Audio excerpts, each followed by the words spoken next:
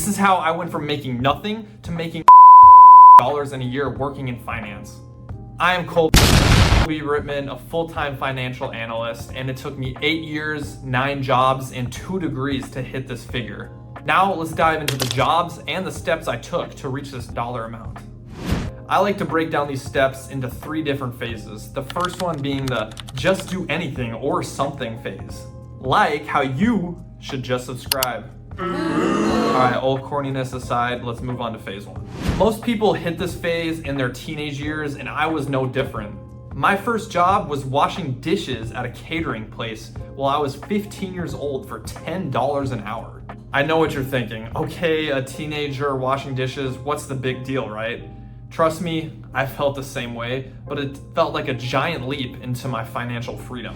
Making your first paycheck is a feeling that you will never be able to feel again. By working this first job, it was my first introduction into financial responsibility and also earning my own money for the first time. Exciting stuff. Well, that's at least what I thought. But let me tell you, after 2 long weeks, I really started to hate my life. I hated working at this catering place. There wasn't really set hours. I was 15, doing stuff that I don't think 15-year-olds are supposed to do, like working overtime. I just knew it wasn't for me.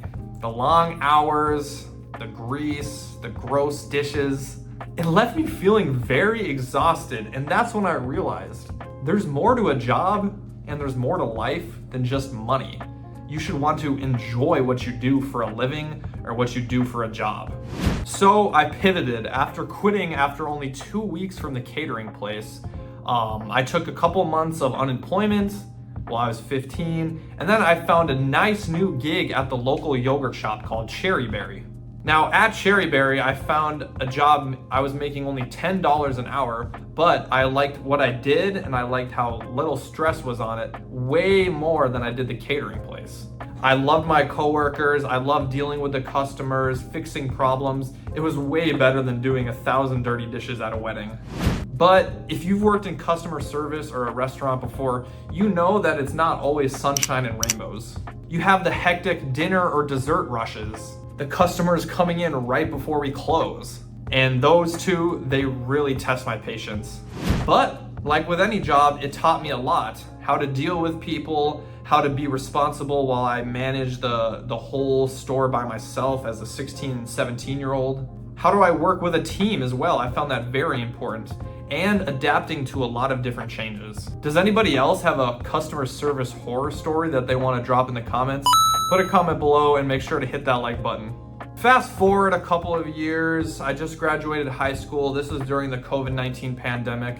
I wanted to make some extra side money, so this is when DoorDash became available, and I was old enough to become a full-time driver. And I hit DoorDash guns blazing. I did over 1,000 DoorDash deliveries as a driver. That sounds easy, right? Spoiler alert, it wasn't. Figuring out the best driving routes possible, dealing with very picky and hungry customers, these are just some of the challenges that you face as a DoorDash driver. Now, I'm not saying DoorDash driving is rocket science, but I went into it thinking this must be the easiest thing ever, and it was relatively easy, but that doesn't mean there was no challenges. I've had multiple customers call me and yell at me for being late while I'm waiting at the same restaurant waiting for their food. And then they don't leave any tip. Shout out, if you use DoorDash or Uber Eats, make sure to tip your drivers, okay? Thank you. So going to the end of this phase 1, the just do anything or do something for work experience, my final job was sophomore in college. I was a referee for the intramural flag football teams, making $10 an hour. It was very fun, it was laid back. I did have a lot of frat boys yell at me when I would have to call certain pass interference or some sort of offsides penalties, and they would get really mad. They just chill, frat bros, chill. If you're a frat bro, respect, but chill. Now, working as a referee, it taught me a lot of things like making decisions on the fly, trusting your gut, and also having kind of like a superior. I was just the line judge, I wasn't the back judge or anything like that. And like I said earlier, a lot of these games just became so intense. Have you ever had a 6'5" frat guy yelling at you because you threw a flag on a pass interference during the championship and they're playing for a t-shirt? I thought this guy was gonna kill me. Yeah, that sucked, but like I said, it's not rocket science. It's something laid back, just getting work experience, building that resume is what this first phase is all about. But here's the thing. Out of all of these jobs, from dishwashing, working at a yogurt shop, door dashing, and refereeing, it all taught me very valuable lessons that I can apply in my life and also different jobs in the future. You know, skills like being adaptable, communicating with your boss and your teammates. These are things that I've used throughout my whole entire life, in my social circle, at work, my current job, at school when I was in school, working with my parents. All of these things can be applied. Now I want you watching here at home to think back at your early jobs. What kind of lessons were you learning while you were working? Did you care about the job at all, or were you just trying to make a quick buck? I'm sure all of you have a great story about your first job, so remember to hit the like button and drop it in the comments too. And now with your foundation set of phase 1, we can now shift into phase 2. Now phase 2 is where stuff gets real, where you try to learn skills that you will apply in your prospective career. So for my example, I wanted to work in finance, so getting any sort of experience, internships, working at my local bank, but make sure to stay tuned to hear the salary reveal at the end. Now, I like to call phase 2 the career relevant skills phase. This is where you're not just applying to any job, but you're applying to jobs that you know will have some sort of benefit in your future career. While looking for these kind of jobs, think to where you want to be in 5 to 10 different years and use that thought to apply to the certain jobs. Once you've got that in mind, good, but now you have to ask yourself, what job can I apply for that most resembles the career I want to go into? For example, if you want to be a chef, you should start looking for some sort of gigs where you're cooking or learning chopping skills or working with food. For me, working in finance was the end game, but I didn't have any real experience yet. So I asked myself, what's something that I can do in the meantime before I get my college degree to get experience for money, finances, anything in that realm, accounting? And that is how I got my first job in phase 2. I got a job working as a bank teller for $15 an hour. This was after my freshman year of high school during the summer. I was lucky enough to find a job that would just hire me for the summer, and the bank did, so this was a great landing spot for my finance dreams and hopes. Now, getting this, it definitely felt like winning the lottery.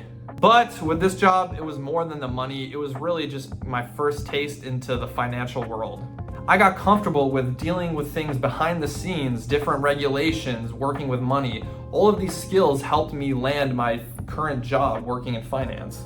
Think about it this way, even if you're not in your dream role yet, what kind of skills or what kind of jobs can you learn in the meantime to help you get to that final destination? That's all what phase 2 is about. What kind of experiences can set yourself apart from your competition when applying to these, big boy or big girl jobs? For me personally, I know the bank laid that foundation. Then that next summer, I was able to use my bank experience to land a sick internship working as a financial planning and analysis intern for an engineering company where I was making $20 an hour. This was double what I was making at the ice cream shop. I thought I was living in luxury. Now that's when I really started to learn the core finance skills that I use today in my career, like forecasting, budgeting, putting together income statements. That kind of thing is when I learned in my first financial internship. And it all started to click. And this engineering finance internship opened the door for then the next summer, after my junior year of college, I landed one of the best finance internships in Minnesota at Land O'Lakes. And here's the crazy part. I started getting paid even more. I was getting paid $25 an hour at this internship. All because of my previous experiences helped me get to this one internship that I wanted so badly. But it wasn't just the money. Each job that I had was a stepping stone to help me get to where I am today. Now let's take a moment and think about your field. What's the next stepping stone you can take, the viewer at home, to reach your final goal? Whether you're aiming for computer science, finance, creative work, this phase is all about growing those core skills. And it's all about finding those opportunities that will help you practice and develop these skills. And I think every job that you have should get you just a little closer to what your end goal is. So that was phase 2, where I got hands-on experience in a career and I was able to develop my skills. I'm hoping that you're noticing that the small internships that you have at this point in time, they exponentially help you gain traction in your career. It can help you build something bigger and bigger and bigger. But now, here's where things really shift. We're moving into phase 3. I like to call this the career launchpad phase. It's where all of your hard work leading up to this helps you boost your career off that launchpad. I'm currently in this phase. Think about it. After all of your internships, after all of your classes, what is a job that ties what you want to do all together? What is your career final destination look like? For me, it was a full-time job in finance making a year. Ready to see how it all pays off? Here we are in phase 3, the career launchpad. This is where everything you've ever worked for ties itself together. The skills, the learning, and even the tough times. Now, if you're younger, you must be wondering, what does it feel like when all of those small stepping stones finally get you to your quote-unquote final destination? For me, it is when all of my hard work turned into a reality and I became a financial analyst. So after juggling all those internships and previous experiences, I finally got my first taste into corporate finance life, which was kind of my end goal. This is the phase where you're no longer trying to put your foot in the door. You're trying to kick that shit down and build something very solid at the base. But here's the thing, just because you've made it doesn't mean you should stop working hard or trying. In fact, it's only just the beginning. So after years of hard work and dedication, I finally landed my first real boy job in corporate finance working as a financial analyst.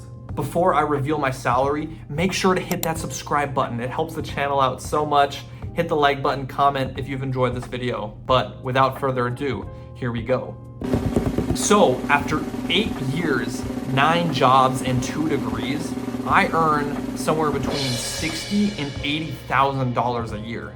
And I'm on track to have a career progression of making over $100,000 in just a couple of years. And that's my current journey as a 23-year-old college graduate. Just finished my first year of working in my full-time job. From washing dishes to finally landing a real-time finance gig, this has been my journey. And I know everybody else's journey is different, so let me know in the comments how your journey is. What phase are you in currently? And I hope this gave all of you a realistic insight into a career progression. If you're a teenager, where to start, or if you're in college, how can you keep progressing those skills?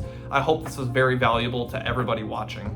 But everybody's path is different, so remember to keep learning, always grow, and never settle. That's the final thing. Never settle. Never be comfortable to where you are in life. You can always get better, keep progressing those skills. I like to call it a continuous improvement mindset. You know, you get to one stage and you can always do better. But if you found this video helpful or inspiring in a way, make sure to hit that like button and subscribe. I'd love to hear about your career journey in the comments below. But with all that being said, I'm Colby Rittman, a 23-year-old financial analyst. Thank you so much for watching. It's been real. Love.